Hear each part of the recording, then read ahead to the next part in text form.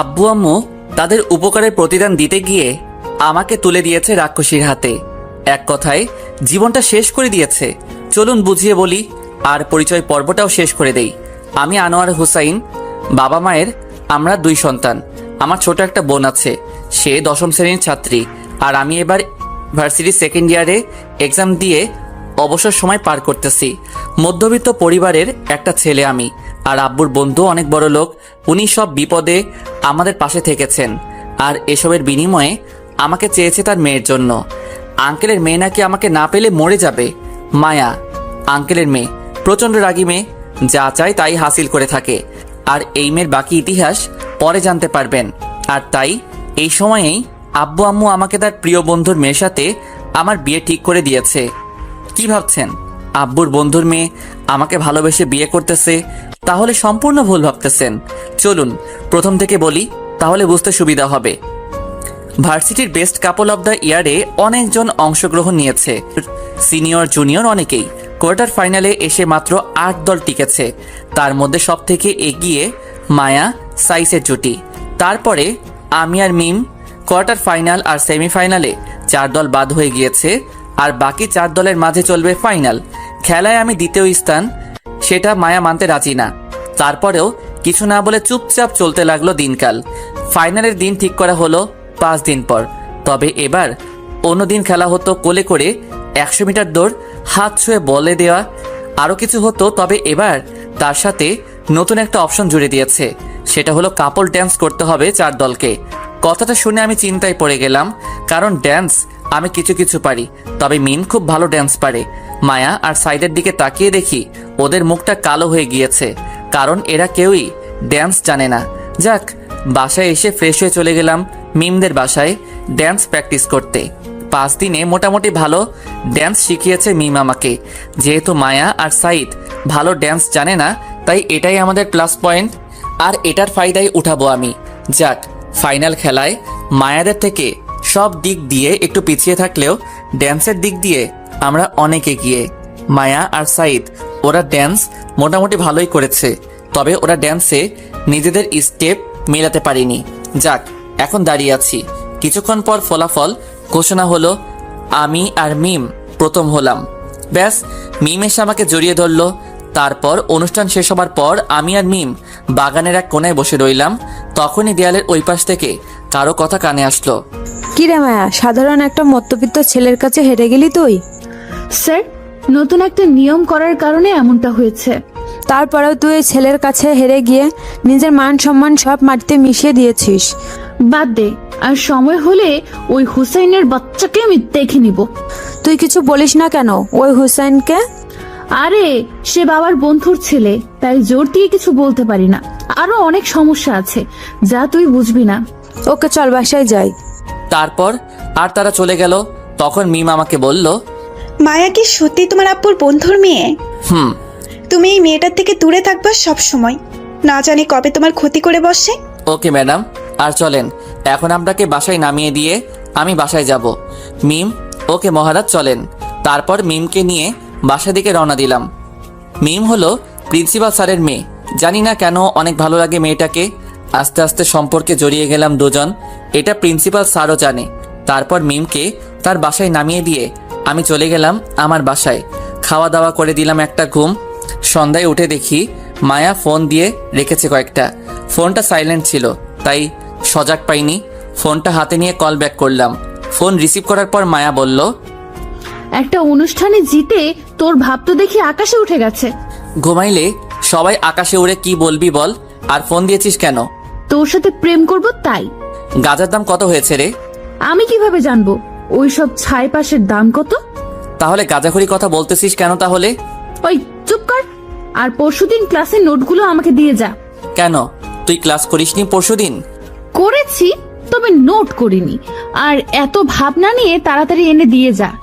আমাকে কি তুই তোর কাজের লোক ভাবিস নাকি? তোর প্রয়োজন তুই এসে নিয়ে যা। কথাটা বলার সাথে সাথেই ফোনটা কেটে দিল। আমিও আবার শুয়ে গেলাম। ঘুম আসছে না, তাই শুয়ে না থেকে উঠে ফ্রেশ হতে চলে গেলাম। হালকা নাস্তা করে পড়ার টেবিলে বসে পড়তে লাগলাম। কিছুক্ষণ পর হঠাৎ কেউ মাথায় থাপ্পড় দিল। তাকিয়ে দেখি মায়া। আমাকে বলল, কি রে, ফোনে কি বলছিলি? কখন? একটু আগে যে বললি আমি কি তোর গোলাম নাকি, কথাটা? তো ভুল কি বলেছি? তোর লাগলে তুই এসে নিয়ে যা, আমি কেন দিতে যাব? আমার কি ঠেকা পড়ে আছে নাকি? সময় আসলে দেখবি কে কার গোলাম হয়। ওকে বলেই মায়া নোটগুলো নিয়ে চলে গেল। আর যাওয়ার আগে বলে গেল, তুই যে আমাকে এখান পর্যন্ত আনিয়েছিস তার শাস্তি আমি তোকে দিব।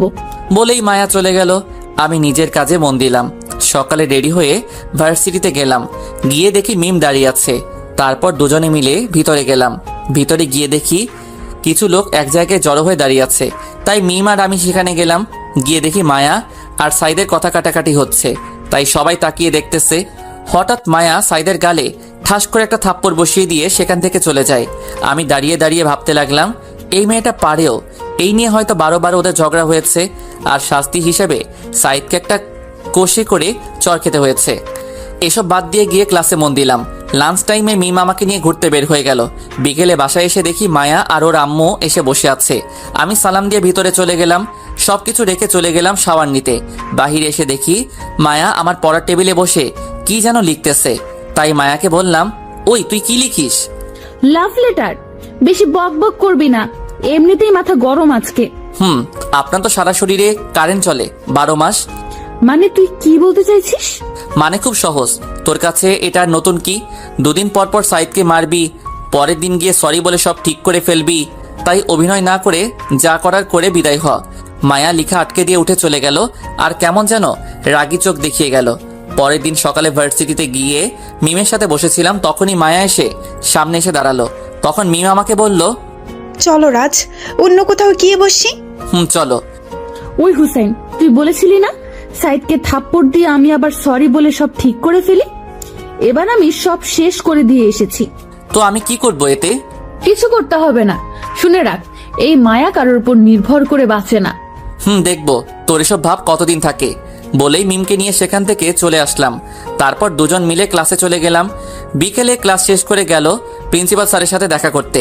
তাই আমি গেটের বাহিরে বসেছিলাম। মিম বের হওয়ার সময় কেমন রাগী একটা লুক দিয়ে চলে গেল।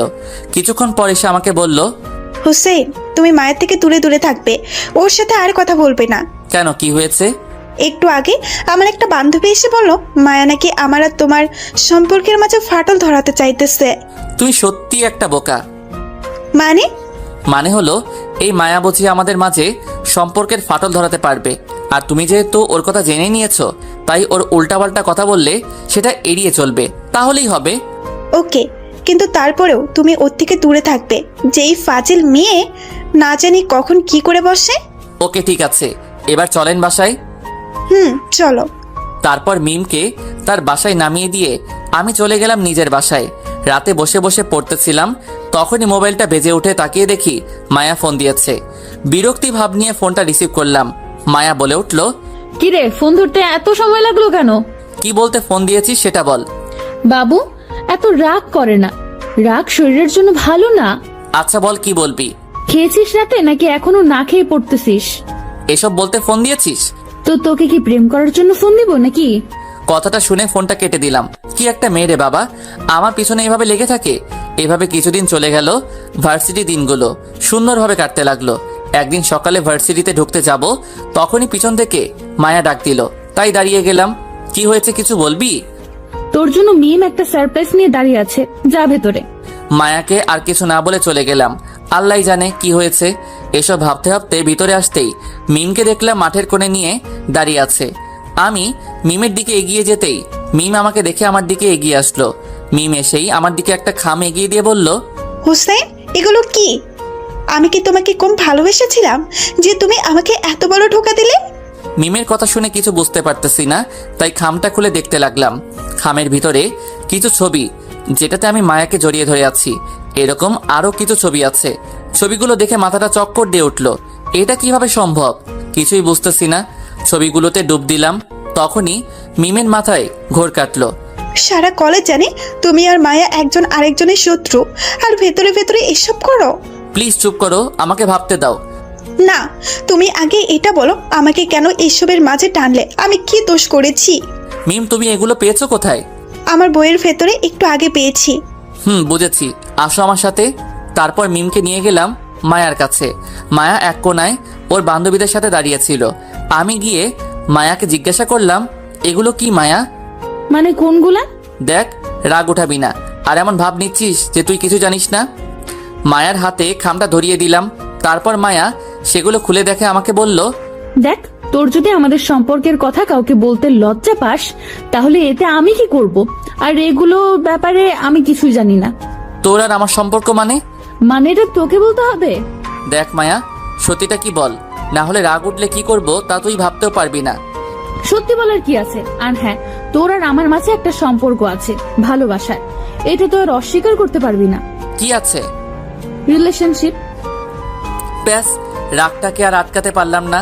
ঠাস করে মায়ার গালে একটা চড় বসিয়ে দিলাম। আশেপাশে সবাই হাঁ করে তাকিয়ে রইল আমার দিকে। তাই মায়াকে বললাম, আমাদের রিলেশনের প্রথম উপহার দিলাম, আর যদি আমার আর মিমের মাঝে আসতে চাস তাহলে জানে মেরে ফেলবো, বলে দিলাম। মায়া গালে হাত দিয়ে অবাক হয়ে আমার দিকে তাকিয়ে আছে। আমি মিমকে নিয়ে চলে যাচ্ছিলাম, তখনই তিশা ডাক দিয়ে বলল, তোকে আমি দেখে নিব। আমি ওর কথার কর্ণপাত না করে চলে গেলাম মিমকে নিয়ে। তারপর মিমে রাগ করে বাসায় চলে গেল। মন এমনিতেই খারাপ, তাই ক্লাস না করে বাসায় চলে আসছি। মন খারাপ তাই দুপুরে খাওয়া দাওয়া করে দিলাম ঘুম। বিকেলে মাথায় কারো হাত ভোলানোর কারণে ঘুমটা ভাঙলো। তাকিয়ে দেখি মায়া আমার পাশে বসে আমার মাথায় হাত বোলাচ্ছে। লাফ দিয়ে উঠে দূরে সরে গেলাম। তারপর মায়াকে বললাম, তুই এখানে কি করিস? বাবু, তোমার ঘুম ভেঙে গেছে? ওই কিসব আবল তাবল বলতেছিস? আর তুই আমাদের বাসায় আসলি কখন? এমন ভাবে বলছিস যেন তোদের বাসা থেকে আমাদের বাসা কয়েক কিলোমিটার দূরে, সামনেই তো, তাই মন চেয়েছে চলে আসলাম। আসছিস ভালো কথা, তো তুই আমার রুমে কি করিস? এমনি ছ্যাঁকা খেয়ে কি অবস্থা দেখতে এলাম। তুই এগুলো করছিস কেন? তোর জন্য আমি সাইদের সাথে ব্রেকআপ করলাম, আর তুই রিলেশনে থাকবি? এইটা কি মানতে পারি বল? দেখ, এসব বাদ দিয়ে রাত্রিকে সব সত্যি বলে দে, মেয়েটা না হলে ভেঙে পড়বে। অসম্ভব। আমি যতদিন অন্য একটা রিলেশনে না যাচ্ছি ততদিন তুইও সিঙ্গেল থাকবি। মায়ার কথা শুনে রাগও উঠলো, আবার হাসিও পেল, তাই ফিক করে হেসে দিলাম। মায়া অবাক হয়ে জিজ্ঞাসা করলো, কি হলো, এভাবে হাসছিস কেন? তোর কথা শুনে। কেন, আমি হাসির কি বললাম? এই যে বললি তুই রিলেশনে যাওয়ার আগ পর্যন্ত আমাকে সিঙ্গেল থাকতে হবে, তোর রিলেশনের অপেক্ষায় বসে থাকলে আমি বুড়ো হয়ে যাব, তাও তুই রিলেশনে যেতে পারবি না। মানে? এক কথায় তোকে সহ্য করার ক্ষমতা ছিল একমাত্র সাইদের, তাকে ছেড়ে দিয়েছিস, তাই আর কারোর সাথে রিলেশনে যেতে পারবি বলে আমার মনে হয় না। তুই কি আমাকে চ্যালেঞ্জ করতেছিস নাকি? অবশ্যই না, শুধু একটু সুবুদ্ধি দিতেছি, ভালো হয়ে যা, না হলে বিয়ের জন্য আঙ্কেল ছেলে পাবে না তোর জন্য। তুই সকালে থাপ্পড় দিয়েছিস, কিছু বলিনি, কিন্তু এখনের অপমানটা কলিজায় গিয়ে লেগেছে। দেখ, আমি সত্য কথা বলেছি, এটা যদি তোর জন্য অপমান হয় তাহলে আমার কিছু করার নেই। তুই কি বলতে চাইছিস? আমি বিয়ের জন্য পাত্র পাবো না? পাত্র পাবি, তোকে চিনে এমন পাত্র পাবি না, কারণ যারা তোকে চিনে বা স্বভাব সম্পর্কে জানে তারা কখনোই তোকে বিয়ে করবে না। ওকে, আমি আজকে তোকে চ্যালেঞ্জ করে গেলাম, আমি এমন কাউকে বিয়ে করব যে কিনা আমাকে একদম কাছ থেকে চিনে, সেটা যেভাবেই হোক। ওকে, আমিও দেখবো। ওকে, আর হ্যাঁ, মিমের সাথে সম্পর্কের কথাটা ভুলে যা। এমন বিষ ঢেলেছি যে সে তোর দিকে তাকালেও থুতু ফেলবে। মিমের সাথে খারাপ কিছু করলে বা বলে থাকলে আমি যে তোর কি অবস্থা করবো তা তুই ভাবতেও পারবি না।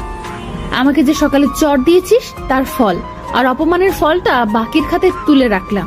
বলেই মায়া চলে গেল। আমি মোবাইলটা হাতে নিয়ে দেখি মিমের একটাও কল নেই। অন্য সময় তো কল দিয়ে পাগল করে ফেলতো, তাহলে আজকে একটাও দেয় নাই। তাই উঠে ফ্রেশ হয়ে বেরিয়ে গেলাম। মিমকে ফোন দিয়ে পার্কে আসতে বললাম। মিম আসতে রাজি না, অবশেষে অনেক কষ্টে রাজি করালাম। পার্কে গিয়ে মিমের জন্য অপেক্ষা করতে লাগলাম। কিছুক্ষণ পর খেয়াল করলাম মিম আসতেছে। কিছুটা কাছে আসতেই দেখি মিমের চোখগুলোতে পানি জমে আছে। তাই আমি উঠে মিমের কাছে গিয়ে জিজ্ঞাসা করলাম, কি হয়েছে মিম, তোমাকে এমন দেখাচ্ছে কেন? কিছু না, বলো কি বলতে ডেকেছ? আমার হাতে সময় খুব কম। এমন ভাবে বলছো কেন? আগে তো কখনো এমন ভাবে কথা বলনি। আচ্ছা বলো কি বলবে। আগে এটা বলো, তোমার চোখে পানি কেন? এমনি ধুলো পড়েছে তাই। আমাকে অবহেলা করতেছো তুমি? আচ্ছা যা বলার বলো, বাসায় কেউই নেই তাই তাড়াতাড়ি ফিরতে হবে। আসলে মায়া যা বলেছে বা দেখিয়েছে তা সম্পূর্ণ মিথ্যা। আমার আর মায়ার মাঝে এমন কিছুই নেই, আর হবেও না। মিম কিছুক্ষণ চুপ থেকে কি যেন ভাবতে লাগলো, তাই আবার বললাম, প্লিজ মিম, তুমি মায়ার কথা বিশ্বাস করো না, ওই মেয়েটা আমাদের আলাদা করার জন্য এসব বলতেছে।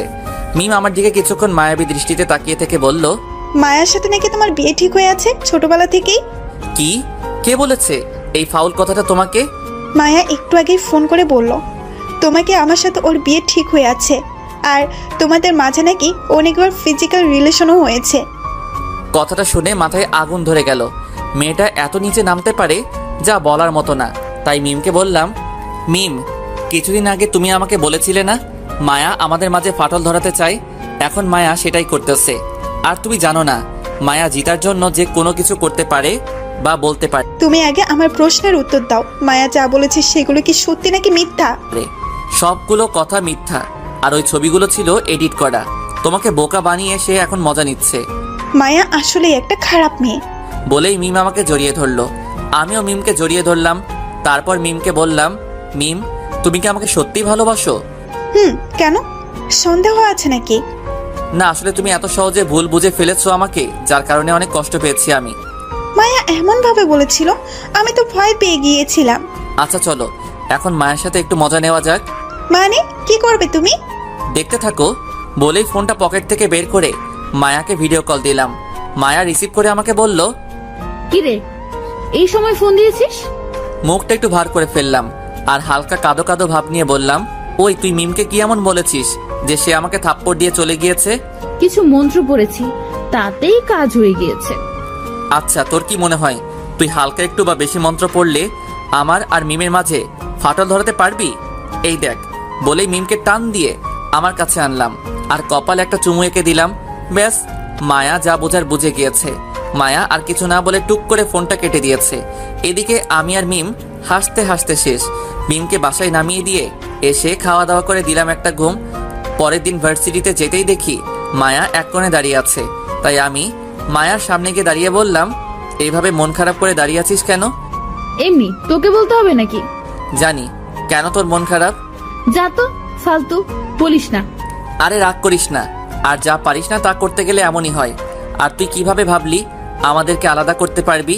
মায়া এবার কিছু না বলে মুচকি হাসি হেসে দিল আর আমার দিকে খারাপ একটা লুক নিয়ে তাকালো। তাই বললাম, এভাবে তাকিয়েছিস কেন? না, এমনি। আর দেখি তোদের সম্পর্ক কতদিন ভালো থাকে। একবারে শরম হয়নি তোর, নাকি আরো পেতে চাস? বাবু, সেটা সময় বলে দিবে। বলেই মায়া চলে গেল আর আমি দাঁড়িয়ে রইলাম ওইখানেই। তারপর হঠাৎ পিছন থেকে কেউ কাঁধে হাত রাখে। তাকিয়ে দেখি মিম। আমাকে বলল, হুসেন, তুমি এখানে দাঁড়িয়ে আছো কেন? এমনি, চলো ক্লাসে যাই। তারপর মিমকে নিয়ে ক্লাসে চলে গেলাম। তবে মায়া আবার কি করে তা নিয়ে টেনশনে পড়ে গেলাম। যাক, যা হওয়ার তা দেখা যাবে। দুপুরে মিম চলে আসলো। ক্লাস না করে আমি বিকেলে ক্লাস শেষ করে মিমকে নিয়ে একটু ঘুরতে গেলাম মনটা হালকা করার জন্য। তবে মায়ার সেই ভিলেনের মতো হাসিটা ভাবাচ্ছে আমাকে, কি না কি করে নিয়ে টেনশনে আছি। তখনই মিম আমাকে বলল, হুসেন, কি এত ভাবতেছো তুমি? না, আসলে সকালে। তারপর মিমকে সব বললাম। তাই একটু চিন্তা হচ্ছে, ও যেই মেয়ে না জানে কি করে বসে। আরে, এ নিয়ে চিন্তা করো না, ও আর আমাকে ভুল বোঝাতে পারবে না। তুমি আরামে গিয়ে ঘুমিয়ে থাকো। এবার যদি আমাকে ভুল বুঝো তাহলে তোমার সাথে আর কখনোই কথাই বলবো না আমি। ওকে, আর তুমি ওই পেতনিটার থেকে দূরে থাকবে। ওকে। আর মায়া কিছু বললে আগে আমাকে জানাবেন, না জানিয়ে আবার মুখ ফুলে বসে থাকেন না আবার। তুমি মায়াকে বলে দিবে আমার সাথে যেন কথা বলতে না আসে। ওকে, আর কিছু বলতে হবে? আর আমাদের দেখে যেন হিংসা না করে। ওলে পাগলি, সব বলে দিব এখন, ঠিক আছে? ওকে এখানে নিয়ে আসলে কেন? তোমাকে কিডন্যাপ করব বলে। শয়তান। চলো একটু হাঁটি, তারপর না হয় যা বাসায় চলে যাব। চলো। কিছুক্ষণ পর হঠাৎ ফোনটা বেজে উঠলো। তাকিয়ে দেখি আব্বু ফোন দিয়েছে, তাই রিসিভ করলাম। কিরে, কোথায় তুই? এই তো একটু বাহিরে, বাসায় আসবো একটু পরে। তাড়াতাড়ি আয়, কাজ আছে একটু। ওকে, আসতেছি। বলেই ফোনটা কেটে দিলাম। তখনই মিম আমাকে বলল, বাসায় যেতে বলেছি নাকি? হুম। ওকে চলো, আজকে বাসায় চলে যাই, পরে আরেকদিন আসবো। ওকে চলো। তারপর মিমকে তার বাসায় নামিয়ে দিয়ে আমি চলে গেলাম আমার বাসায়। কলিং বেল দিতেই ছোট বোন এসে দরজা খুলে দিল। ভিতরে যেতেই অবাক হয়ে গেলাম, কারণ ভিতরে মায়া, আঙ্কেল, আন্টি সহ আমাদের পরিবারের সবাই বসে আছে। আজকে তো অনুষ্ঠান বা এমন কোনো বিশেষ দিন নেই, তাহলে সবাই একসাথে বসে এই বাড়িতে। মায়ের দিকে তাকিয়ে দেখি ম্যাডাম আমাকে দেখে লজ্জা পাচ্ছে, এমন ভাব করতেছে। আমি অবাক হব নাকি? সবাই এখানে কেন এটা ভাববো, এটাই বুঝতেছি না। তখনই আব্বু বলল, কিরে, দাঁড়িয়ে দাঁড়িয়ে কি ভাবতেছিস? যা গিয়ে মায়ার ওখানে গিয়ে বস। কোনো কিছু না ভেবে মায়ার পাশে বসে গেলাম। আস্তে করে মায়াকে জিজ্ঞেস করলাম, কিরে তোরা এখানে কেন সবাই? চুপচাপ বসে থাক, সব জানতে পারবি কেন আমরা এখানে। আমি আর কিছু না বলে চুপচাপ বসে রয়েছি। কিছুক্ষণ পর আঙ্কেল বলে উঠল, এবার বল কবে ওদের বিয়ের দিনটা ঠিক করলে ভালো হয়। ওদের যেহেতু পরীক্ষাটা এগিয়ে এসেছে, তো পরীক্ষা শেষ হোক, তারপরে একদিন ধরে বিয়ে দিয়ে দিব। ওকে, তাহলে পরীক্ষাটা শেষ হোক। ওনাদের কথা আমার মাথার উপর দিয়ে যাচ্ছে, তাই মায়াকে আবার জিজ্ঞাসা করলাম, কার বিয়ের কথা চলতেছে? আমরা চলে গেলে সেটা তোর আব্বুকে জিজ্ঞেস করিস, তাহলেই হবে। মেজাজটাই খারাপ করে দিল, তাই আর কিছু না বলে বসে রইলাম চুপচাপ। কিছুক্ষণ পর মায়া এরা সবাই চলে গেল। তখনই আব্বুকে জিজ্ঞাসা করলাম, কার বিয়ে নিয়ে কথা বলছো তোমরা? কার আবার? তোর বিয়ে নিয়ে। কি? তোর আর মায়া আপুর বিয়ে নিয়েই তো কথা হলো এতক্ষণ। আব্বু আম্মু, তোমাদের কি মাথা খারাপ হয়ে গিয়েছে নাকি যে আমি ওই মেয়েকে বিয়ে করব? আমাদের মাথা ঠিক আছে বলেই তোর বিয়ে মায়ের সাথে ঠিক করেছি। আমি কোনোদিনও মায়াকে বিয়ে করব না। তোরা তো একজন আরেকজনকে ভালোবাসিস, তাহলে বিয়ে করতে সমস্যা কোথায়? মায়াকে যে আমি ভালোবাসি এটা কে বলেছে তোমাদের? কেন, মায়া তো বললো তোরা নাকি একজন আরেকজনকে ভালোবাসিস অনেক আগে থেকে। ওই মেয়েটা পাগল হয়ে গিয়েছে, আর আমি অন্য আরেকজনকে ভালোবাসি, তাই মায়া প্রতিশোধ নিতে এটা করতেছে। তুই আবার কাকে ভালোবাসিস? তারপর মোবাইল থেকে মিমের ছবিটা বের করে সবাইকে দেখালাম। তারপর মিমের সম্পর্কে সব বললাম। তখন আব্বু বলল, আচ্ছা, আমি মায়ের আব্বুর সাথে কথা বলে দেখি। আর হ্যাঁ, এই মায়া নামের মেয়েটাকে বউ করার স্বপ্ন ভুলে যাও। বলেই ভিতরে চলে গেলাম নিজের রুমে। রাগে মাথাটা গজগজ করতে লাগলো। এসব ফাউ চিন্তা বাদ দিয়ে চলে গেলাম ফ্রেশ হতে। ফ্রেশ হয়ে বের হতেই দেখি মোবাইলে কল আসতেছে। তাকিয়ে দেখি মায়ার ফোন, তাই বিরক্তি নিয়ে ফোন করলাম। মায়া বলল, ধাক্কাটা সামলাতে পেরেছিস তো, নাকি আবার অজ্ঞান হয়ে গিয়েছিস? জি, সামলেও নিয়েছি, আর তোর ব্যাপারে সব বলেও দিয়েছি। আর তারা এবার আঙ্কেলের সাথে কথা বলে তোর অভিনয় সমাপ্ত করে দিবে, চিন্তা করিস না। মায়া চুপ হয়ে গেল আমার কথা শুনে। বুঝলাম টেনশনে পড়ে গেছে মেয়েটা, তাই আবার বললাম, কিরে এবার তুই ধাক্কা খেলি নাকি? তবে দেখি কি করা যায়। দেখ মায়া, এসব সিরিয়াস বিষয় নিয়ে পাগলামি বন্ধ কর, না হলে খুব খারাপ হবে বলে দিলাম। খারাপ যাই হোক, বিয়ে তো আমি তোকেই করব। রাগে মাথাটা ফেটে যাচ্ছে, তাই ফোনটা কেটে দিলাম। কিছু না বলে চুপচাপ বসে রইলাম। রাতে খাওয়া দাওয়া করে দিলাম একটা ঘুম। সকালে ফ্রেশ হয়ে নাস্তা শেষ করে ভার্সিটিতে গেলাম। ভিতরে যেতেই মায়া সামনে এসে দাঁড়ালো। আমি পাশ দিয়ে চলে যাওয়ার সময় মায়া বলে উঠল, এইভাবে কতদিন পাশ কাটিয়ে চলে যাবি? কিছুদিন পর তো আমার হাতের মুঠোয় আসতে হবে। আমি কোনো কথা না বলে ক্লাসে গিয়ে মাথা নিচু করে বসে রইলাম।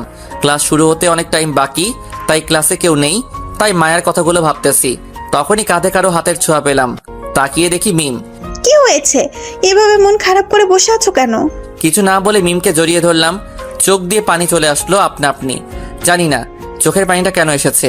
মিম হয়তো কিছুটা অবাক হয়েছে আমার এমন আচরণে। তাও মিম জিজ্ঞাসা করলো, হুসেন, কি হয়েছে আমাকে বলো। কালকে বাসায় গিয়ে দেখি।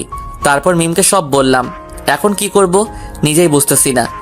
আচ্ছা, তোমার আপু যেহেতু বলেছে কথা বলবে, সেহেতু দেখো কি হয়। মিম তুমি জানো না, মায়া যে করেই হোক এটা করে ছাড়বে। ওর মতো মেয়ে পারে না এমন কোনো কাজ নেই। হারে কিচ্ছু হবে না, দেখে নিও। তাই যেন হয়। আমরা কথা বলছিলাম, তখনই মিম ক্লাসে ঢুকে আর আমাকে মিমকে জড়িয়ে ধরা দেখে বলে, বাহ, ক্লাসকে কি তোমরা পার্ক বানিয়ে ফেলবে নাকি? মায়া, তুমি কি শুরু করেছো এটা? আমি আবার কি করলাম? যা করার তা তো তোমরা করতেছো। মায়া, তুমি হুসেনের বাসায় বিয়ের প্রপোজাল পাঠিয়েছো কেন? আমার মন চেয়েছে তাই। তুমিও পাঠাও। আমি কি না করেছি নাকি? তুমি আর কাউকে পেলে না হুসেনকে ছাড়া? নাকি হিংসা হয় আমাদের সম্পর্ক দেখে? আমি রাগী, তবে হিংসুটে না। আর হোসেনকে ভালো লেগেছে, তাই বিয়ে করতেছি, হিংসা করে নয়। বলেই মায়ের রুম থেকে চলে গেল। মিম এসে আমার পাশে বসে আমার মাথায় হাত বুলিয়ে দিতে লাগলো। বিকেলে ক্লাস শেষ করে আমি মিমকে তার বাসায় নামিয়ে দিয়ে চলে আসলাম নিজের বাসায়। বাসাতে আসতেই দেখি সবাই মুখটা ভার করে বসে আছে, তাই জিজ্ঞাসা করলাম, কি হয়েছে? সবাই এভাবে মুখটা ভার করে বসে আছো কেন? মায়ের আব্বুকে ফোন দিয়েছিলাম। তো উনি কি বলল? বলল সে নাকি মায়ের সাথে কথা বলেছে, আর মায়া নাকি তোকে ছাড়া অন্য কাউকে বিয়ে করবে না, আর তোকে না পেলে সে সুইসাইড করবে। সে মারা গেলে আমি কি করব? মারা যাবে না বেঁচে থাকবে সেটা সম্পূর্ণ মায়ের ব্যাপার। এখানে আমি কি করতে পারি? তবে মায়াকে আমি বিয়ে করব না, এটা শিওর। কি বলিস এসব? একটা মেয়েকে এভাবে মরতে দিব আমরা? আর তুই জানিস না ওর বাবা আমাদের কত বড় উপকার করেছে? উপকার করেছে ভালো কথা, তার জন্য কি আমি তার মেয়েকে বিয়ে করব নাকি? আর আমি যে অন্য আরেকজনকে পছন্দ করি, এটা জেনেও কেন আমার পিছনে পড়ে আছে? দেখ, বিয়ের আগে এমন সম্পর্ক সবারই থাকে। তুই বরং ওই মেয়েটাকে ভুলে যাওয়ার চেষ্টা কর, তাতেই ভালো। আব্বু তোমাদের কিভাবে বোঝাবো আমি? আঙ্কেলকে বলে দিও আমি এই বিয়ে করব না, মানে করব না। প্লিজ বাবা, একবার ভেবে দেখ। আব্বুকে থামিয়ে দিয়ে আমি বললাম, আঙ্কেলকে বলে দিও সে যদি বিয়ে নিয়ে আর একটা পাও বাড়ায় তাহলে তার মেয়েকে মরতে হবে। না, আমি নিজে সুইসাইড করব, তাহলেই দেখবে সব শান্তি হয়ে গিয়েছে। কথাটা শুনে সবার চোখ মুখ বড় বড় হয়ে গিয়েছে। আমি সেদিকে খেয়াল না করে নিজের রুমে চলে আসলাম। রাতে খাওয়া দাওয়া করে আবার রুমে এসে বসে রইলাম। তখনই মিম কল দিল। তারপর মিমকে সব খুলে বললাম। মিম তারপর কিছুক্ষণ কথা বলে ফোনটা রেখে দিলাম। তারপর কিছুক্ষণ পড়ালেখা করে শুয়ে গেলাম। চোখে লেগে আসতেছিল, তখনই ফোনটা বেজে উঠল। তাকিয়ে দেখি মায়া। রাগটা মাথায় উঠে গেল। আবার মায়া নামটা দেখে একরকম বিরক্ত নিয়ে রিসিভ করে জিজ্ঞাসা করলাম, কি হয়েছে, ফোন দিয়েছিস কেন এত রাতে? তোর সাথে কথা বলতে মন চাইতেছিল, তাই। কেন, ফোন দিতে পারি না নাকি? দেখ, কাজের কিছু বলা থাকলে বল, না হলে ফোনটা রেখে দিব। ওকে শোন, আজকে পরীক্ষার সাবজেক্টের চার্ট দিয়েছে, সেটা তোর ইমেইলে পাঠিয়ে দিয়ে রেখেছি, দেখ। থ্যাঙ্কস বলে ফোনটা কেটে দিলাম। আর একটাও কথা বললাম না। তারপর আরামের একটা ঘুম দিলাম। সকালে উঠে ফ্রেশ হয়ে নাস্তা না খেয়ে ভার্সিটিতে চলে গেলাম। আম্মু ডেকেছিল, কিন্তু এক প্রকার রাগ নিয়ে বেরিয়ে গেলাম। ভার্সিটিতে গিয়ে দেখি মিম দাঁড়িয়ে আছে এক কোনায়, তাই আমি মিমের কাছে গেলাম। তারপর বসে রইলাম চুপ করে, মন খারাপ করে। তখনই পিছন থেকে কেউ কাঁধে হাত রাখলো। তাকিয়ে দেখি মায়া। মায়া বলল, কিরে, তুই নাকি না খেয়ে চলে এসেছিস ভার্সিটিতে? তো কি হয়েছে? খাওয়ার উপর রাগ করতে নেই, ধর এটা খেয়ে নে। বলে একটা প্যাকেট আমার দিকে এগিয়ে দিল। এমনিতেই মাথায় রাগ, তার উপর আবার এসব ঢং করতেছে। তাই বললাম, দেখো মায়া, এমনিতেই মাথা ঠিক নেই, তার উপরে প্যারা দিস না প্লিজ, যা এখান থেকে। ওকে, তবে এগুলো খেয়ে নিস। বলেই প্যাকেটটা রেখে চলে গেল। আমি প্যাকেটটা নিয়ে দূরে ছুঁড়ে মারলাম। তখনই মিম আমাকে বলল, হোসেন, তুমি খেয়ে আসোনি সকালে? আবার তুমি শুরু করো না প্লিজ। না, চলো গিয়ে খেয়ে আসি, আর সব ঠিক হয়ে যাবে, দেখো। এখন চলো খেয়ে আসি। তারপর মিমের জোরাজোরির কারণে যেতে হলো খেতে। নাস্তা শেষ করে চলে আসলাম ক্লাসে। বিকেলে ক্লাস শেষ করে বাসায় আসতে দেখি সবাই চুপচাপ করে বসে রয়েছে। আমি কাউকে কিছু না বলে রুমে গিয়ে ফ্রেশ হয়ে খেতে আসলাম। এইভাবে দুদিন কেটে গেল। স্বাভাবিকভাবেই ভাবলাম আঙ্কেল হয়তো এই বিষয়টা নিয়ে আর এগোবে না, কিন্তু শুক্রবার আজকে, তাই সবকিছু বন্ধ। বিকেলে নিচে সবাই মিলে টিভি দেখতেছি। এমন সময় আঙ্কেল ফোন দিয়েছে আব্বুর মোবাইলে। আব্বু ফোন রিসিভ করে কথা বলতে লাগলেন। আব্বু আঙ্কেলকে বোঝাতে চাইতেন, কিন্তু আঙ্কেল বোঝার পাত্রই না। আব্বু তখন ফোনটা লাউড স্পিকারে দিয়ে সবার সামনে রাখলেন। তখন আঙ্কেল বললেন, দেখ, তুই হুসাইনকে যেভাবেই হোক রাজি করা, না হলে মায়া আমাকে হুমকি দিয়েছে যে 1 সপ্তাহের মধ্যে যদি বিয়ের দিন তারিখ ঠিক না হয় তাহলে সে নিজেকে শেষ করে দিবে। তুই মায়ের মাকে একটু বুঝিয়ে বল। আমি তাকে অনেক বুঝিয়েছি, কিন্তু কোনো লাভ হয় নাই। তার একটাই কথা, বিয়ে পরীক্ষার হলেই চলবে, তবে 1 সপ্তাহের ভিতরে। বিয়ে কবে হবে সেই দিন তারিখ ঠিক করতে হবে। দেখ, এখন আমরা যেদিকেই যাই সেদিকেই বিপদ। বিয়ে ঠিক না করলে মায়াকে হারাতে হবে, আর ঠিক করলে আমার ছেলেকে হারাতে হবে। দেখ, তুই কি করবি জানি না, তবে হুসাইনকে যে করেই হোক বিয়েতে রাজি করাতে হবে। আমি কি করব নিজেই বুঝতেছি না। দেখ, তুই হুসাইনকে বল, প্রয়োজন পড়লে আমার সব সম্পত্তি আমি হুসাইনের নামে করে দিব, তাও আমার মেয়েকে বাঁচা। দেখো, হোসেন এসবে রাজি হবে না, আর তুই মায়াকে বুঝিয়ে বল যেন পাগলামি না করে। আরে সে কি কথা শোনার মেয়ে নাকি? ও যা বলবে তাই, না হলে কি করে বাকিটা তো তুই জানিসই। দেখো, যেদিকেই যাব সেদিকেই বিপদ। দেখতে পাচ্ছি, আমি কি করব কিছুই বুঝতেছি না। দেখ, যেভাবেই হোক হুসাইনকে আমার মেয়ের জন্য চাই। প্রয়োজনে আমি সারা জীবন তোকে যা উপকার করেছি তার বিনিময় হিসেবে হলেও তোর ছেলেকে আমার মেয়ের জন্য চাই, তাও আমি মায়াকে হারাতে পারবো না। কথাটা বলে আঙ্কেল ফোনটা কেটে দিল। আর আমি কথাটা শুনে স্তব্ধ হয়ে গেলাম। উনি বিনিময়ে আমাকে চাইতেছে? কি বলবো, নিজেই ভাষা হারিয়ে ফেলেছি। আব্বুর দিকে তাকিয়ে দেখি মুখটা কালো হয়ে আছে। আমাকেও কিছু বলতে পারতেছেন না, আর ওইদিকেও সামলাতে পারতেছেন না। সবাই থ মেরে বসেছিলাম। তখনই আব্বু বলে উঠল, এবার বলো, আমি কোন দিকে যাব? নিজেকে আজ বড় অপরাধী মনে হচ্ছে। আব্বু আঙ্কেলের সাথে কথা বলে দেখি কি হয়। তুই আর কি বলবি? দেখলি না, উপকারের বিনিময় হিসেবে তোকেই চাইতেছি। আমি আর কিছু বলার ভাষা খুঁজে পেলাম না। উপকারের বিনিময় দিতে হবে এইভাবে তা জানতাম না আমি। এসব ভাবতেছি, তখনই আব্বু বলে উঠল, সব সমস্যা আমাকে ঘিরে। আমি না থাকলে সব ঠিক হয়ে যাবে। তোকে বা মায়াকে কাউকে মরতে হবে না, আমি মরে গেলে সব ঠিক হয়ে যাবে। বলেই আব্বু নিজের রুমে চলে গিয়ে দরজা বন্ধ করে দিল। আম্মু আর ছোট বোন গিয়ে দরজা ধাক্কাতে লাগলো। আমি তখনও জিম মেরে বসে আছি। মিমকে ছাড়া বাঁচার কখনো কল্পনাও করিনি। আর এখন বিয়েতে রাজি না হলে হয়তো আব্বুকে হারাতে হবে। কি করব কিছুই বুঝতেছি না। এমন মনে হচ্ছে নিজের ভিতরে টেনশন বেশি হওয়ার কারণে সেটা জ্যাম হয়ে গিয়েছে। পরিস্থিতি আগে সামলাতে হবে। তাই উঠে আব্বুর দরজার সামনে গিয়ে বললাম, আব্বু আমি বিয়ে করব মায়াকে, তাও তুমি কিছু করো না প্লিজ। কিছুক্ষণ পর আব্বু বেরিয়ে এসে আমাকে জড়িয়ে ধরে বলল, তুই আমাকে ছোট হওয়া থেকে বাঁচালে। আমি কিছু না বলে রুমে চলে আসলাম। এসে ওয়াশরুমে ঢুকে গেলাম। পানির ট্যাপটা ছেড়ে দিয়ে মুখটা ধুয়ে নিলাম। চোখ দিয়ে পানি পড়তে লাগলো। মনে মনে ভাবতে লাগলাম, আবারও এক মধ্যবিত্ত হেরে গেল পৃথিবীর নিয়মের মাঝে। এসব ভাবছিলাম আর চোখ দিয়ে পানি পড়ছিল। কিছুক্ষণ পর ওয়াশরুম থেকে বেরিয়ে আসলাম। ঠিক করে নিলাম যে হয়তো সুখে থাকতে পারবো না মায়াকে বিয়ে করে, তবে সবাইকে খুশি তো রাখতে পারবো, এতেই অনেক কিছু। তবে এটা করলে যে মিমের কাছে অপরাধী হয়ে যাব, এটা তাদের কিভাবে বোঝাবো? আমি কি করব তা নিজে জানি না। হয়তো একজনের কাছে অপরাধী হব, তবে সবাইকে সুখে রাখতে পারবো, এতেই অনেক।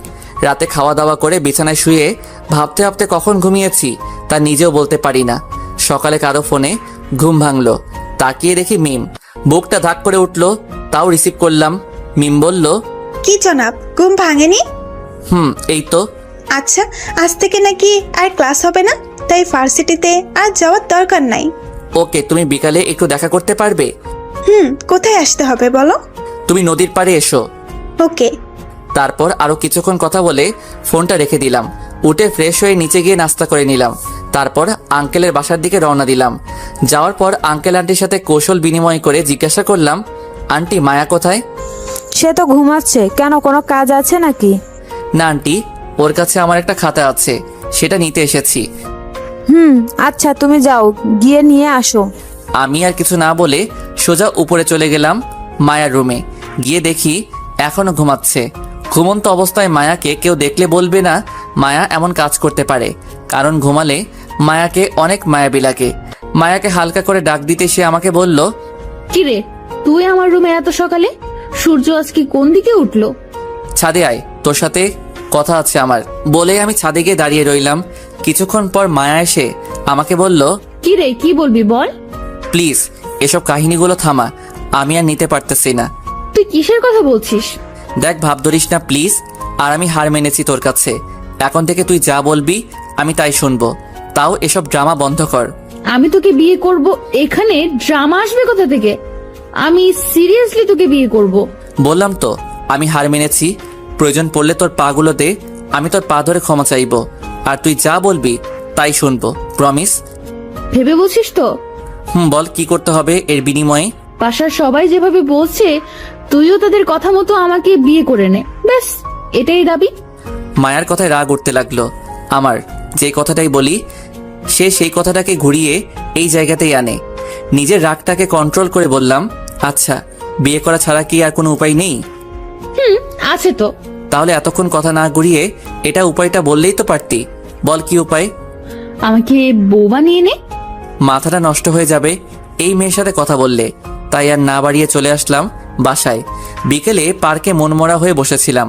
তখনই মিম এসে পাশে বসে গেল।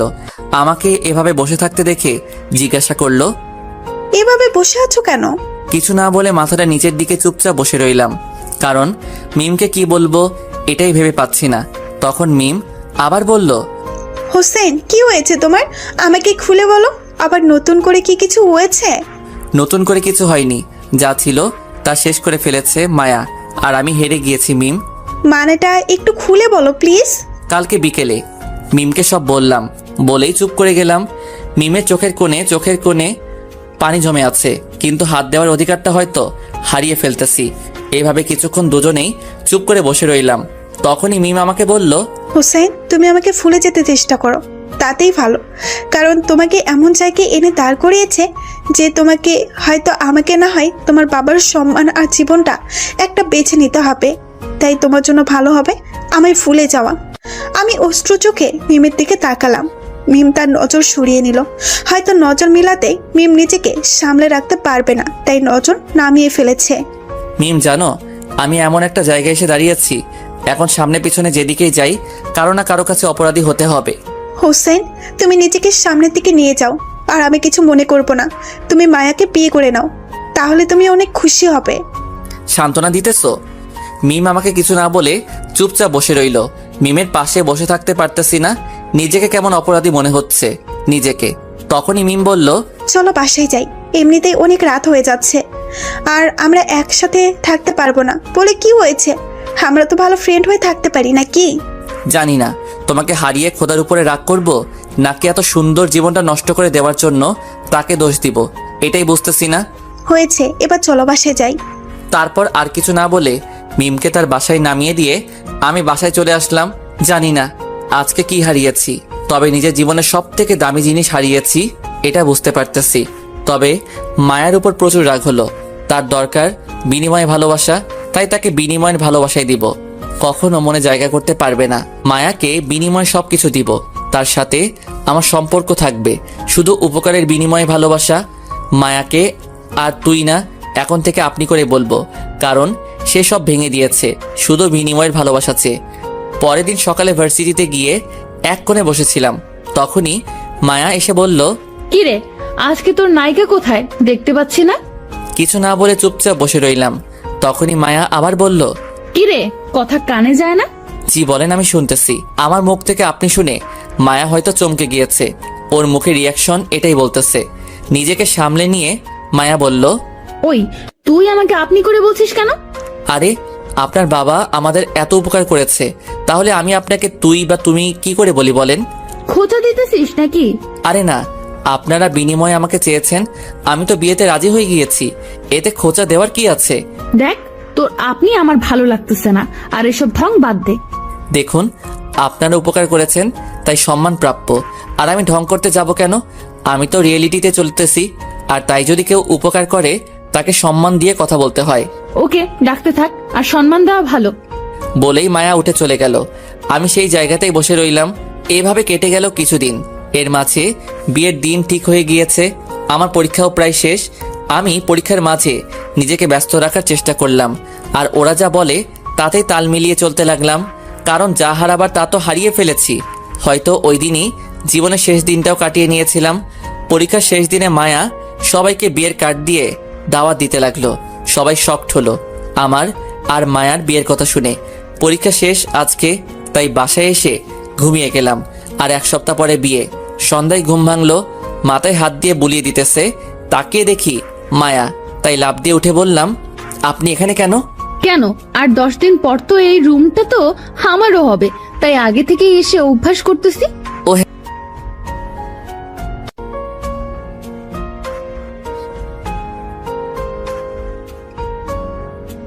না বলে চুপচাপ শুয়ে গেলাম, কারণ জীবনের একটাই লক্ষ্য এখন, তার বিনিময় কিভাবে পূরণ করব। এভাবে কেটে গেল আরো 9 দিন। সবকিছুই ঠিকঠাক চলতেছিল। বিয়েটাও হয়ে গেল আজকে। সবাই মুখে হাসি, আমিও হাসতেছি, তবে সেটা মন থেকে নয়, সবাইকে খুশি রাখার জন্য।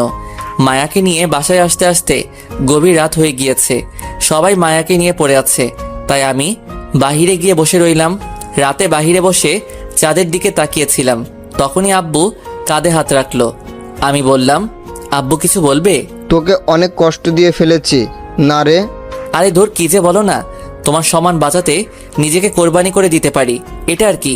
আচ্ছা যা, অনেক রাত হয়ে গেছে, এখন রুমে যা। বলেই সেখান থেকে সোজা রুমে চলে আসলাম। দরজা লাগিয়ে ওয়াশরুমে চলে গেলাম। ফ্রেশ হয়ে এসে দেখি মায়া নতুন বউয়ের মতো খাটে বসে আছে, তাই গিয়ে জিজ্ঞাসা করলাম, আপনার কি সেবা লাগবে বললে ভালো হতো। মায়া এবার চট করে ঘুমটা খুলে আমার দিকে রাগি চোখে তাকিয়ে বলল, নতুন বউয়ের সাথে কি করতে হয় তা জানিস না? জি, বলে দিলে ভালো হতো। নিজের ভিতরের ফিলিংস থেকে যা আসে তা থেকে কর, এটাও কি বলে দিতে হবে? সরি, আসলে ভিতরের ফিলিংস শব্দটা মারা গিয়েছে, তাই কি করতে হবে বলে দিলে ভালো হয়। মায়া অবাক হয়ে কিছুক্ষণ তাকিয়ে রইল, হয়তো ভাবতেছে এমন ছেলেটা কবে বদলে গেল। কিছুক্ষণ পর আমাকে বলল, কিছু করতে হবে না, এসে শুয়ে পড়। জি ঠিক আছে, বলেই গিয়ে খাটের একপাশে শুয়ে গেলাম। মায়া চলে গেল ফ্রেশ হতে। কিছুক্ষণ পর ফ্রেশ হয়ে এসে মায়া আমার বুকে মাথা রাখলো। আমি চুপচাপ মরার মতো পড়ে রইলাম। তখন মায়া বলল, আমাকে জড়িয়ে ধর। আমি কোনো কথা না বলে জড়িয়ে ধরলাম। তারপর মায়া চুপচাপ ঘুমিয়ে গেল। আমার চোখে ঘুম নেই, শুধু একটা কথাই মাথায় নাড়া দিতেছে। সবার মন রাখতে গিয়ে একজনের মন ভেঙে দিলাম আমি। এই অপরাধের ক্ষমা কোথায় থেকে পাবো? আর মায়া ফিলিংসের কথা বলছে, সে নিজে জানে না ফিলিংসগুলো শুধু একজনকে ঘিরে, আর সেই হারিয়ে গেছে আমার জীবন থেকে। এসব হাজারো চিন্তা করতে লাগলাম আর চোখ দিয়ে সমানে পানি পড়তে লাগলো। কখন যে সকাল হয়ে গেল নিজেও জানি না। হঠাৎ মায়ার বুকের মাঝে নড়াচড়া দিয়ে উঠল। বুঝলাম মায়ার ঘুম ভাঙতেছে। আমি হাত দিয়ে চোখের পানিগুলো মুছে ঘুমের ভান ধরে চোখটা বন্ধ করে নিলাম। মায়া উঠেই নিজেকে আমার থেকে ছাড়িয়ে নিল। তারপর হঠাৎ করে আমি নিজের গালে নরম ঠোঁটের ছোঁয়া অনুভব করলাম। তারপর মায়া চলে গেল। আমি তাকিয়ে দেখি ওয়াশরুমে চলে গিয়েছে ফ্রেশ হতে। কিছুক্ষণ পর ফিরে এসে আসার শব্দ পেলাম, তাই আবার চোখ বন্ধ করে শুয়ে রইলাম। কিছুক্ষণ পর মায়া আমাকে ডাক দিল। ঘুম ভেঙেছে এমন একটা ভাব নিয়ে তাকালাম। তখনই মায়া বলল, তুই রাতের বেলায় ঘুমের মধ্যে কিস করলি কেন আমাকে? মায়ার কথা শুনে আমি টাসকি খেয়ে গেলাম। কাল রাতে আমি ঘুমালাম কখন? নাকি মায়া ভাব নেওয়ার জন্য বলেছে?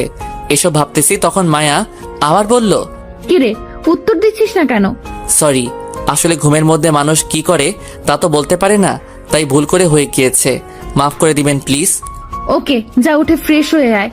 ওকে বলেই উঠে চলে গেলাম ফ্রেশ হতে। ফ্রেশ হয়ে এসে রেডি হবার পর মায়া আর আম্মুকে নিয়ে নাস্তা করতে গেলাম। আমি চুপচাপ গিয়ে নাস্তা করতে বসে গেলাম। ওইদিকে মায়াকে নিয়ে সবাই মজা করতেছে। এসব কেমন যেন বিরক্ত লাগতেছে, তাই হালকা কিছু খেয়ে রুমে চলে আসলাম। কিছুতেই ভালো লাগতেছে না। আমার পিছন পিছন মায়াও রুমে আসলো। এসে আমাকে বলল, রুমে চলে আসলি কেন? আসলে ভালো লাগতেছিল না তাই চলে আসছি।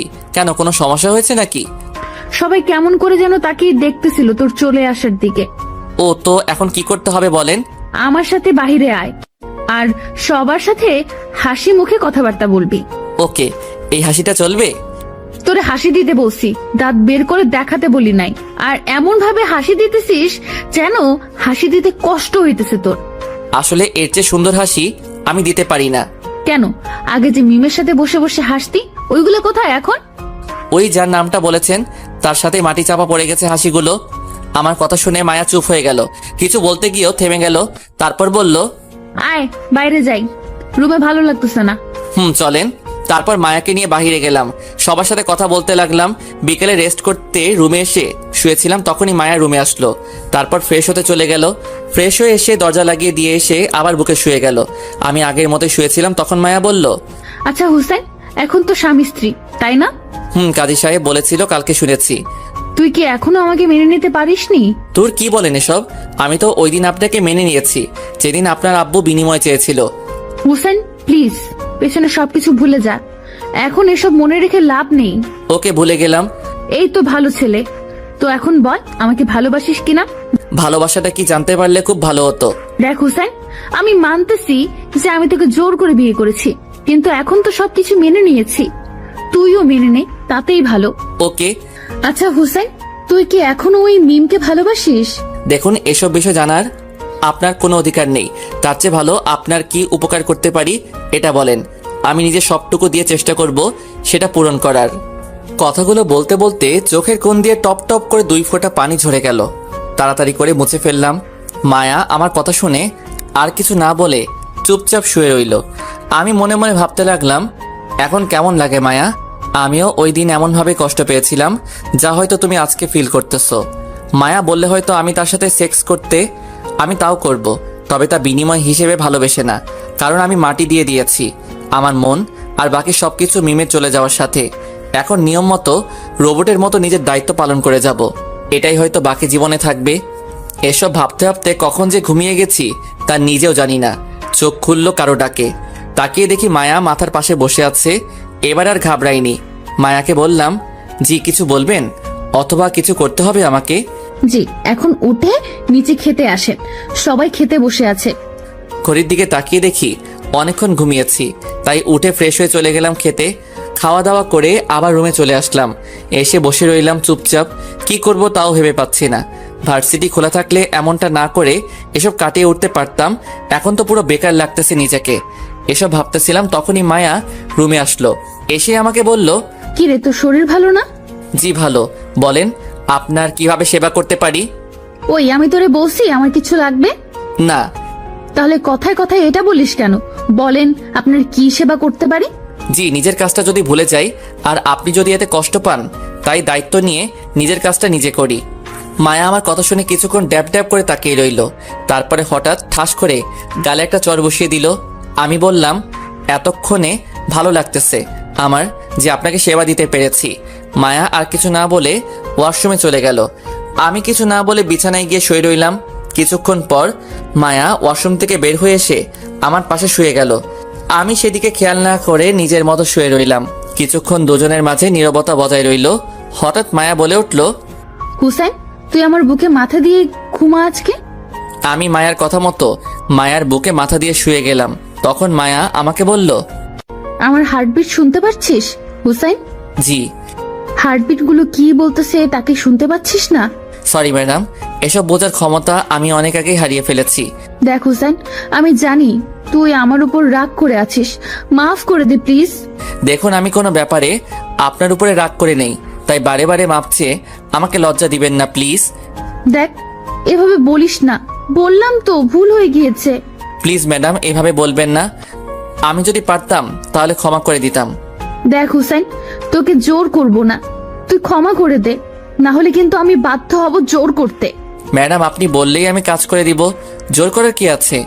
আমার কথা শুনে মায়া রাগে টলমল করতে লাগলো। আমি কিছু না বলে চুপচাপ রইলাম। তখন মায়া আবার বলল, বুঝছি, তোকে বুঝিয়ে পারবো না, তাই যা করার আমাকেই করতে হবে।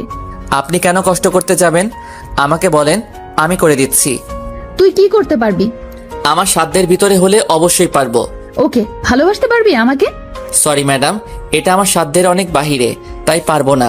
আপনি চাইলে জীবন দিতে পারি, তবে ভালোবাসতে পারবো না। কথায় কথায় খুঁজা দেওয়াটা কোথা থেকে শিখেছিস? বলবি একটু, বলবি? সময়ের কাছ থেকে। আসলে সময় মানুষকে বদলে দেয় আর অনেক কিছু শিখিয়ে দেয়।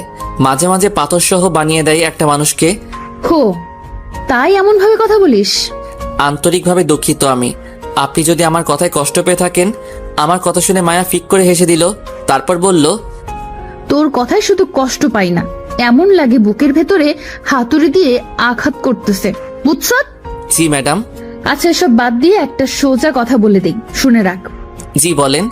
তোকে আমি 2 দিন সময় দিলাম, এর মাঝে আমাকে ভালোবেসে মেনে নিবি। তোর জন্য ভালো, আর এর মাঝে মেনে না নিলে তোর থেকে জোর করে আমি আমার অধিকার আদায় করে নেব। হালকা মুচকি হেসে আমি চোখ বন্ধ করে ফেললাম। জানি না মায়া কি ভাবতেছে, আর সেটা জানার কোনো প্রয়োজনও মনে করি না। মায়া আমাকে জড়িয়ে ধরলো। আমি কোনো কিছু না বলে চুপ করে শুয়ে রইলাম। হাজারো চিন্তা মাথায় নিয়ে ঘুমিয়ে গেলাম। কখন তা বলতে পারি না। সকালে ঘুম ভেঙে তাকিয়ে দেখি আমি নিজের সিটে শুয়ে আছি, আর মায়া আমার বুকে শুয়ে ঘুমিয়ে আছে।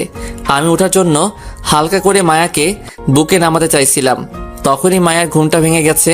ঘুমন্ত গলায় আমাকে বলল, হুসেন, ঘুমাতে দে তো একটু, এত নড়াচড়া না করে যেভাবে আছিস সেভাবেই শুয়ে থাক প্লিজ। তারপর আবার ওইভাবে শুয়ে রইলাম। কি আর করার, কিছু না বলে চুপচাপ শুয়ে চোখ বন্ধ করে রাখলাম। এভাবে কেটে গেল 2 দিন। বিয়ের সব নিয়ম প্রায় শেষ, তবে বাসায় বসে থাকতে থাকতে ভালো লাগতেছে না। তার উপর এসব প্যারা। রাতে বসে বসে মোবাইল টিপতেছিলাম, তখনই মায়া রুমে আসলো। এসে আমাকে বলল, কিরে, আজকে তো 2 দিন শেষ, কি ঠিক করলি? আপনি আমাকে যা বলবেন তাই করব। আমি তাই এখানে মেনে নেওয়া আর না নেওয়ার কিছুই নেই। বুঝছি, তোকে বুঝিয়ে লাভ নেই, তার চেয়ে বরং তোর সাথে কঠিন হয়ে থাকাটা ভালো। এটা আপনার ইচ্ছা। ঠিক আছে, এখন এদিকে এসে আমাকে কিস কর। মায়ার কথা মতো তার কাছে গিয়ে কপালে একটা কিস করলাম। তখন মায়া রেগে বলল, ওই, তোরে কপালে কিস করতে বলেছিলাম আমি? সরি ম্যাডাম, আপনি স্থান উল্লেখ করেন নাই, তাই আমি কপালে করেছি। ওই, নিজের বউয়ের কপালে কিস করে কেউ? আর এটা বলে দেওয়া লাগে নাকি? বউ কথাটা শুনে নিজের অজান্তেই ফিক করে হেসে দিলাম আমি। মায়া আমার হাসি দেখে অবাক হয়ে তাকিয়ে রইল। তারপর নিজেকে সামনে নিয়ে বললাম, সরি ম্যাডাম, আসলে একটা কথা মনে পড়ায় হাসি পেয়ে গিয়েছিল। আমি বুঝেছি কেন হেসেছিস। থাক, তোকে কিছু করা লাগবো না, যা করার আমিই করতেছি। জি ম্যাডাম। কথাটা বলতে না বলতেই মায়া আমার ঠোঁটগুলোকে সে নিজের ঠোঁট দিয়ে দখল করে নিল। তারপরে কিছুটা স্কিপ করে যাওয়াই ভালো, তবে মন থেকে একটু হয়নি। যা হয়েছে সব বিনিময় থেকে করেছি। সকালে ঘুম থেকে উঠে দেখি মায়া এখনো ঘুমাচ্ছে, তাই উঠে চলে গেলাম ফ্রেশ হতে। শেষ বিকেলে রুমে বসেছিলাম, তখনই মায়া রুমে আসলো। এসে বলল, হুসেন চল, বাইরে কোথাও গিয়ে ঘুরে আসি। জি বলেন, কোথায় যেতে চান? আমি নিয়ে যাচ্ছি। তুই আবার শুরু করে দিলি? রেডি হয়ে নে, ঘুরতে যাব ব্যাস। তোকে কোথাও নিয়ে যাওয়া লাগবে না, আমি যাব, তুই শুধু সাথে থাকলেই হবে। ওকে। তারপর রেডি মায়ের সাথে বের হলাম। তখন মায়া আমাকে বলল, মুজিবনগর অনন্য পার্কে যাই। পার্কে নামটা শুনে হালকা অবাক হলাম, কারণ ওই পার্কে আমি আর মিম প্রায়ই বসে গল্প করতাম, আর ওই পার্কে হাজারো স্মৃতি জমা আছে। মায়া ওই পার্কে যেতে বলেছে কেন, এসব ভাবতেছিলাম।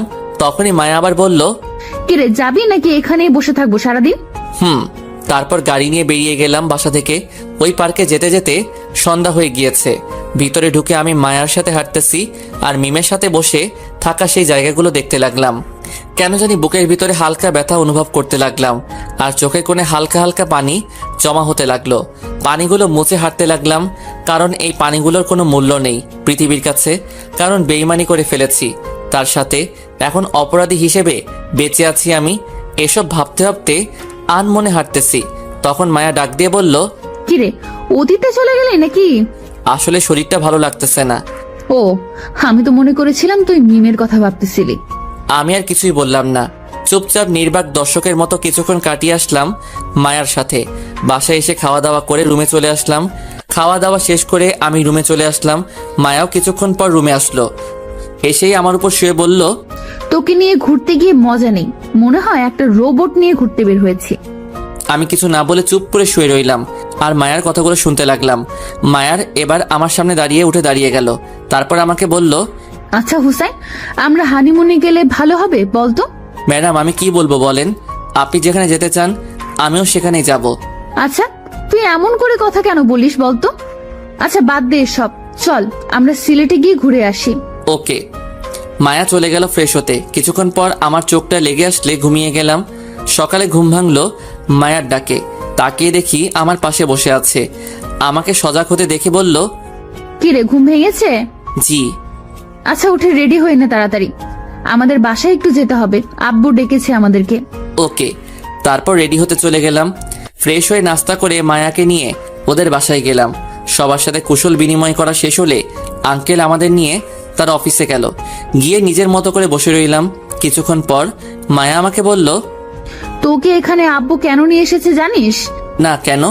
আজকে আব্বু তার সব সম্পত্তি তোর আর আমার নামে লিখে দিবে। মায়ার কথা শুনে ফিক করে হেসে দিলাম। হাসি থামিয়ে রাখতে না পেরে হেসে দিয়েছি। মায়া অবাক হয়ে গেল আমাকে হাসতে দেখে। তারপর বলল, ওই হাসতেছিস কেন? আপনারা সবাই পারেনও বটে। মানে? এখন একটা কথা মনে আসায় হেসে দিয়েছি। সরি অসময় হাসিটা দেওয়ার জন্য। ও, তা কি এমন কথা যা মনে পড়ে গেল এই সময়? ওই যে কথায় আছে না, জুতো মেরে গরু দান, এটা মনে পড়ে গিয়েছিল। হুসাইন, তুই এখানে শুরু হয়ে যাস না প্লিজ, বাসায় গিয়ে যা বলার বলিস। সরি ম্যাডাম, আমি তো মাত্র সত্যটা বললাম। তোরে নিয়ে আর পারি না সত্যি। বলেই মায়ের রুম থেকে বেরিয়ে চলে গেল। আমিও সেই আগের মতোই বসে রইলাম। দুপুরে মোটামুটি অনেক লোকজন এসে উপস্থিত হলো, আরও অনেক রকম আয়োজন। বিকেলে আমার আর মায়ের নামে আঙ্কেল তার সব সম্পত্তি করে দিল। আমি কিছু না বলে শুধু মায়ের পাশে দাঁড়িয়েছিলাম। সবকিছু শেষ করে সন্ধ্যা হয়ে গেল। বাসায় আসতে আসতে বাসায় এসে ফ্রেশ হতে চলে গেলাম। ফ্রেশ হয়ে বেরিয়ে দেখি মায়া খাটে শুয়ে আছে। আমাকে দেখে বলল, কি রে, কেমন গেল দিনটা? ভালো। বলেই রেডি হতে লাগলাম। তখনই মায়া পেছন থেকে আমাকে জড়িয়ে ধরলো। আমি কিছু না বলে নিজের কাজ করতে ব্যস্ত। তখনই মায়া বলল, হুসেন তুই এমন করিস কেন? একটু ভালোভাবে কথা বললে কি হয়? সরি। আচ্ছা শোন, আর তো 1 মাস পরে রেজাল্ট দিবে, চল এই সময়টাতে হানিমুন শেষ করে আসি। ওকে। তাহলে 3 দিন পর আমরা যাব ঘুরতে, ঠিক আছে? মাথা নেড়ে হ্যাঁ বলে দিলাম। তারপর মায়া চলে গেল ফ্রেশ হতে। আমিও বসে বসে মোবাইল টিপতে লাগলাম। তারপর কেটে গেল এভাবে 1 মাস। এদিকে রেজাল্টও বেরিয়ে গিয়েছে। হানিমুন সহ বাকি সবকিছু শেষ করে ফেললাম। কিন্তু মায়ার সাথে সেই আগের মতোই আচরণ করি, একটু বদলাইনি। কারণ মায়া যা করেছে তা ক্ষমা করার না। তবে এটা ভেবে ভালো লাগতেছে যে কালকে ভার্সিটিতে গিয়ে মিমকে দেখতে পাবো। এসব ভাবতে ভাবতে ঘুমিয়ে গেলাম। সকালে উঠে ফ্রেশ হয়ে নাস্তা শেষ করে ভার্সিটির উদ্দেশ্যে বেরোতে যাব। তখনই মায়া পিছন থেকে ডাক দিয়ে বলল, আমাকে নিয়ে যাবি নাকি বউকে রেখেই চলে যাবি? আমি কিছু না বলে চুপচাপ দাঁড়িয়ে রইলাম। কিছুক্ষণ পর মায়া আসলে তাকে সাথে নিয়ে ভার্সিটিতে গেলাম। ভিতরে গিয়ে সবার সাথে কথা বলে চুপচাপ ক্লাসরুমে বসে রইলাম। কিছুক্ষণ পর ক্লাস শুরু হয়ে গেল, কিন্তু মিম এখনো আসেনি। বিকেলে ক্লাস শেষ করে গেটের কাছে দাঁড়িয়ে দেখতে লাগলাম মিম আসলে এসেছে কিনা, কিন্তু না, মিমকে দেখতে পাইনি। অবশেষে তিশাকে আসতে দেখে সেখান থেকে সরে গিয়ে একটু দূরে দাঁড়িয়ে রইলাম। তারপর মায়াকে নিয়ে বাসায় চলে আসলাম। মিমকে দেখতে না পেয়ে মনে একটা ভয় কাজ করতে লাগলো। তাও নিজেকে সান্ত্বনা দিয়ে বললাম আজকে হয়তো আসেনি, কালকে আসবে। এসব ভাবতেছিলাম, তখনই মায়া বলল, কি রে, কি এত চিন্তা করতেছিস? না এমনি। ও আচ্ছা, ঘুমা। তারপর এসব ভাবতে ভাবতে ঘুমিয়ে গেলাম। সকালে উঠে ফ্রেশ হয়ে মায়াকে নিয়ে ভার্সিটিতে গেলাম। মায়া ভিতরে চলে গেল। আমি মাঠের এক কোণে দাঁড়িয়ে নীরবে দু চোখে মিমকে খুঁজতে লাগলাম, কিন্তু মিমের নাম গন্ধ নেই।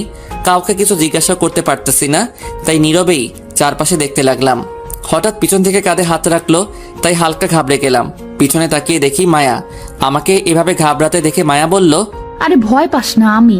কিছু বলবেন? তুই যাকে খুঁজতেছিস সে এই ভার্সিটিতে আর আসবে না।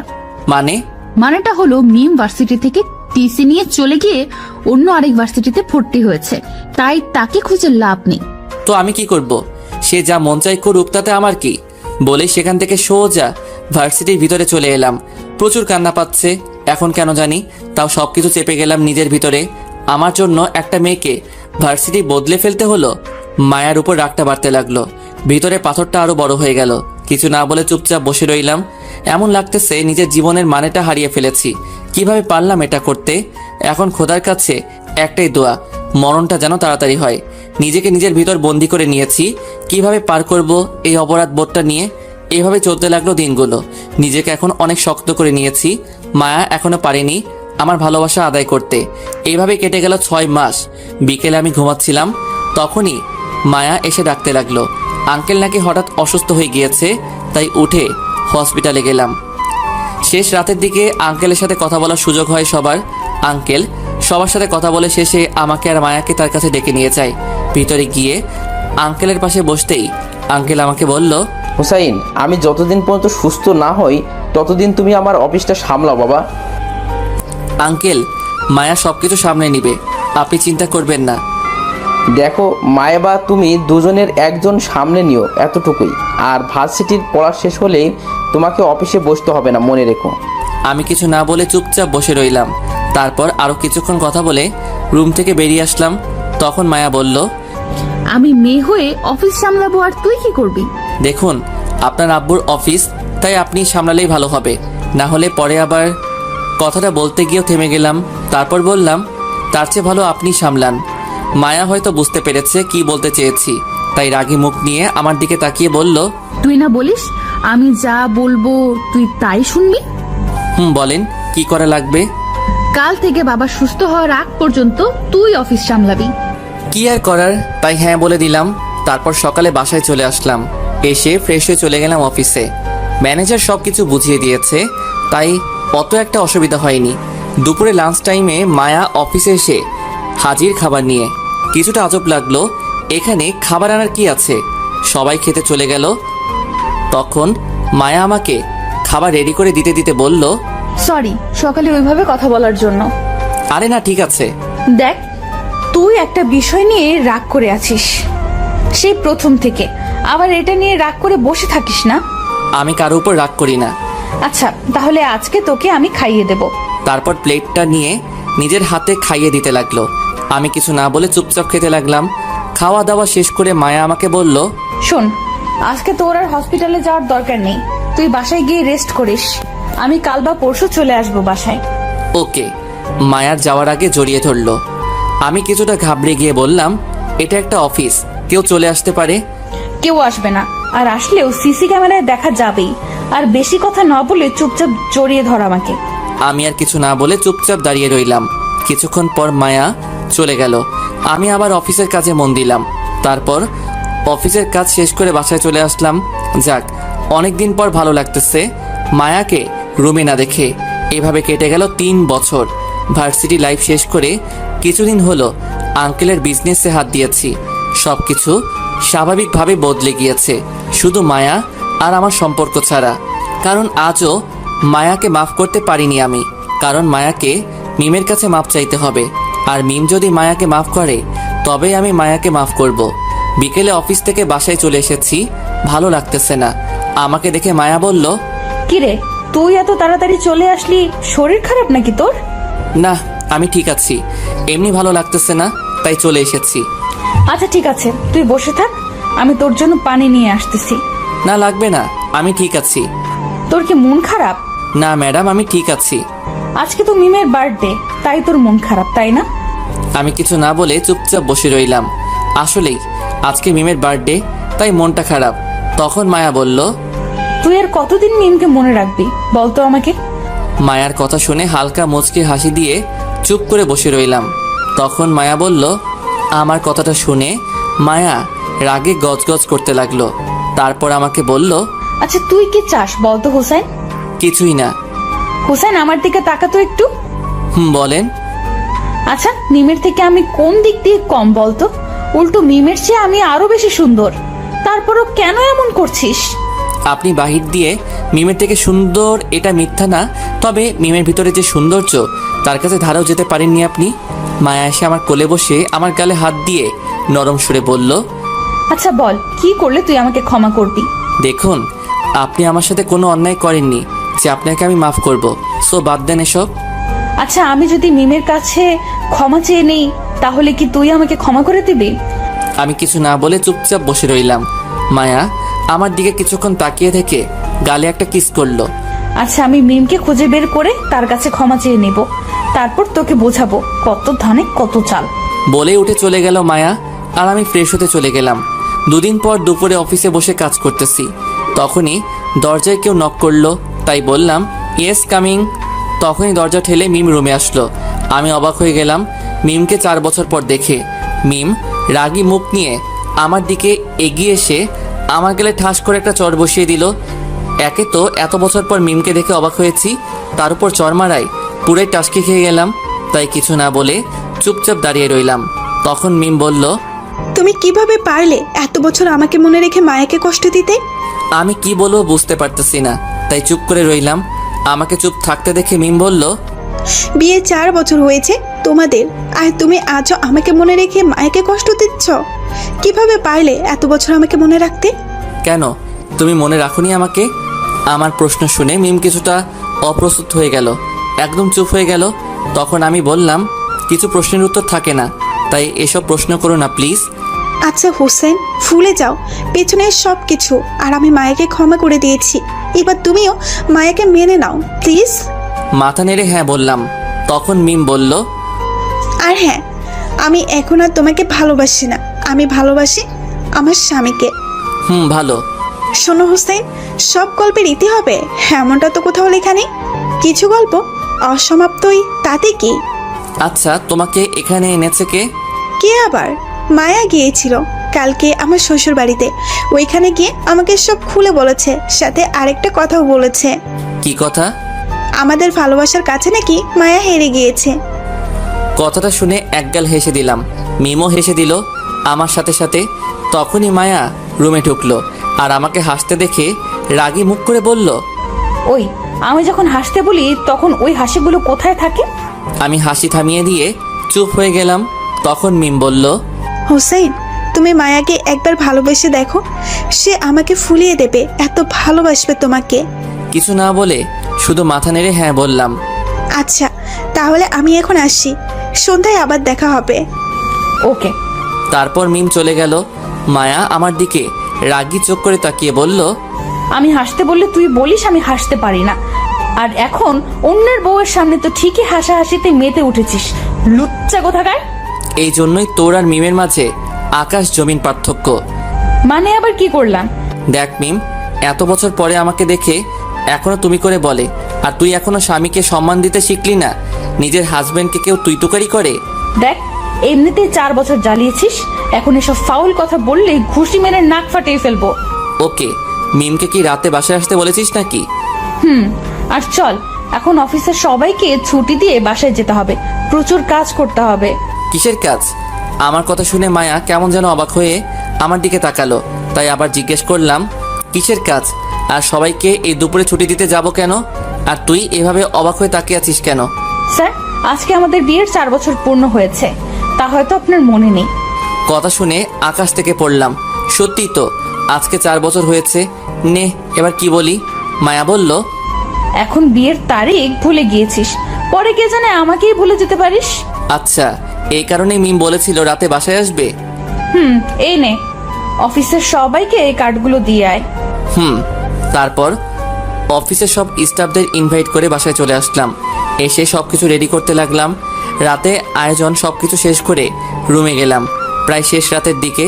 তবে আগামীকাল শুক্রবার, তাই সকালে অফিস নেই, মাথায় চিন্তাও কম। ফ্রেশ হয়ে খাটে এসে শুয়ে মোবাইল টিপতে লাগলাম। তখনই মায়া রুমে আসলো, এসে ফ্রেশ হতে চলে গেল। মায়া ওয়াশরুমে যাওয়ার পরেই আমি মোবাইলটা রেখে ঘুমের ভান ধরে শুয়ে গেলাম। কিছুক্ষণ পর মায়া হঠাৎ আমার বুকে হাত রাখলো, তারপর বুকের লোমগুলো জোরে একটা টান মারলো। ব্যাস, ঘুমের ভান ছুটে গেল। ব্যথায় কাকিয়ে উঠে মায়াকে জিজ্ঞেস করলাম, মেরে ফেলবি নাকি? কি নাটক করা শেষ? নাটক করলাম কখন? আর এভাবে লোমে ধরে টান দিয়েছিস কেন? মন চেয়েছে তাই। আর একটা কথা বলবো বলে তোকে সজাগ করেছি। কি বলবি বল। তুই নিজের কানটা এদিকে আন। মায়ের মুখের কাছে কানটা নিয়ে বললাম, বল এবার। তোর ছোট বোন একটা ভাতিজা চায়। সত্যি বলতেছিস? তাই তো তোকে বললাম। ওর শখ কি পূরণ করবি তুই? মায়া মাথা নেড়ে হ্যাঁ বলে মাথাটা নিচু করে রাখলো। তাই আমি বললাম, তো কি আর করার, চল। ছোট বোনের আবদার বলে কথা, তারপরে যা হওয়ার তাই। আর পড়া লাগবে না।